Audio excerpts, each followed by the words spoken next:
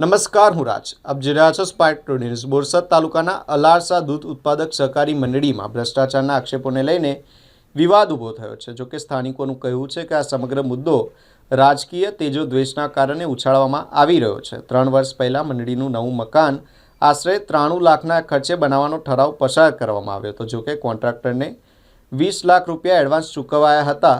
આ મામલે સંયુક્ત રજિસ્ટ્રાર આણંદ પાસે ફરિયાદ નોંધાતા પૂર્વ ડેરી પ્રમુખ, હાલના બોરસદ એપીએમસી પ્રમુખ અશોક મૈડા સહિત 10 સભ્યોને સો કોઝ નોટિસ આપવામાં આવી હતી. આ અંગે અશોક મૈડાએ જણાવ્યું કે બોરસદ એપીએમસીમાં ભાજપે ક્લીન સ્વીપ કરતા વિરોધીઓ દ્વારા રાજકીય દ્વેષના કારણે આ મુદ્દો ઉછાળવામાં આવી રહ્યો છે.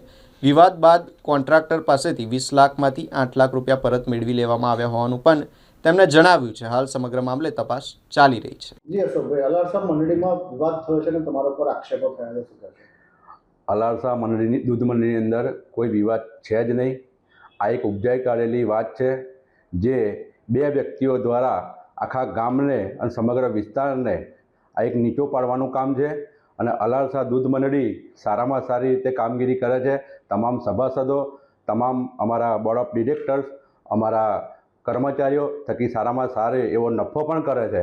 પણ છેલ્લા 1 વર્ષથી જે અમે દૂધ ઘર 2 બનાવવા માગતા હતા એ બાબતે આ લોકોએ ઈરાદાસર અહીંયા આગળ એક વિવાદ ઊભો કરેલો હતો.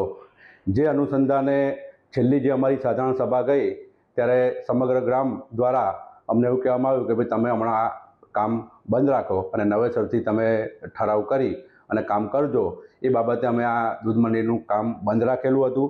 અને ત્યારબાદ જે અમારા કોન્ટ્રાક્ટર હતા જેમને અમે સંપૂર્ણ મંજૂરી લઈ અને રોકેલા હતા એ કોન્ટ્રાક્ટરને અમે બાકીની 20 લાખમાંથી બાકીની જે રકમ હતી એ ભરવા જણાવ્યું. એમાંથી અમને 8 લાખ રૂપિયા ભરી દીધા હતા.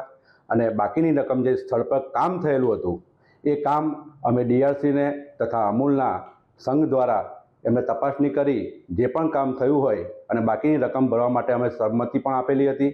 આ સમગ્ર કાર્યવાહી ડીઆરસી દ્વારા તથા અમારા અમૂલ સંઘ દ્વારા પૂર્ણ થયેલ છે. એના રિપોર્ટ પણ આવી ગયેલા છે અને તમામ કામગીરી પૂર્ણ થયેલ છે. પણ છેલ્લી વખત અમૂલની ચૂંટણી વખત આ લોકોએ વિવાદ ઊભો કરેલો હતો અને હવે આ તાલુકા પંચાયત, જિલ્લા પંચાયતની ચૂંટણીઓ આવી રહી છે ત્યારે પણ આ એક નવો વિવાદ સર્જી અને અમને બદનામ કરવાનું આ એક કાવતરું છે. એની અંદર બોરસદના 2 કોંગ્રેસના આગેવાનો છે, એક અમારો પણ આગેવાન છે અને આ 2 આખા ગામે જેને નકારી દીધેલા હોય એવા 2 અમારા ગામના અસામાજિક તત્વો છે.